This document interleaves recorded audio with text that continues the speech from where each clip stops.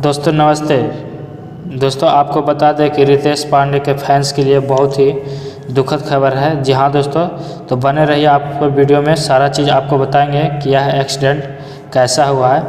जी हाँ दोस्तों, आपको बता दें कि भोजपुरी के स्टार रितेश पांडे, जो कि आपको बता दें कि पटना से आरा के बीच हाईवे पर एक्सीडेंट हो गया है।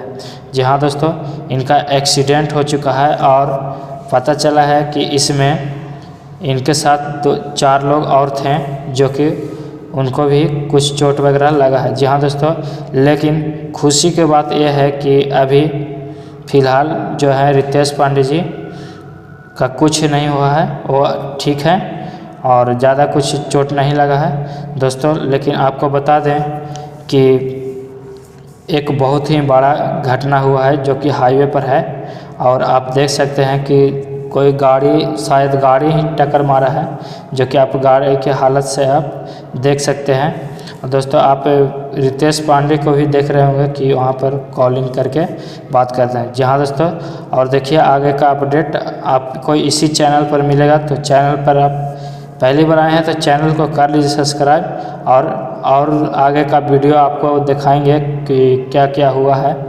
यहाँ दोस्तों, तो अभी चैनल को कर लीजिए सब्सक्राइब। मिलते हैं एक नए वीडियो में, जब तक के लिए जय हिंद, जय भोजपुरी।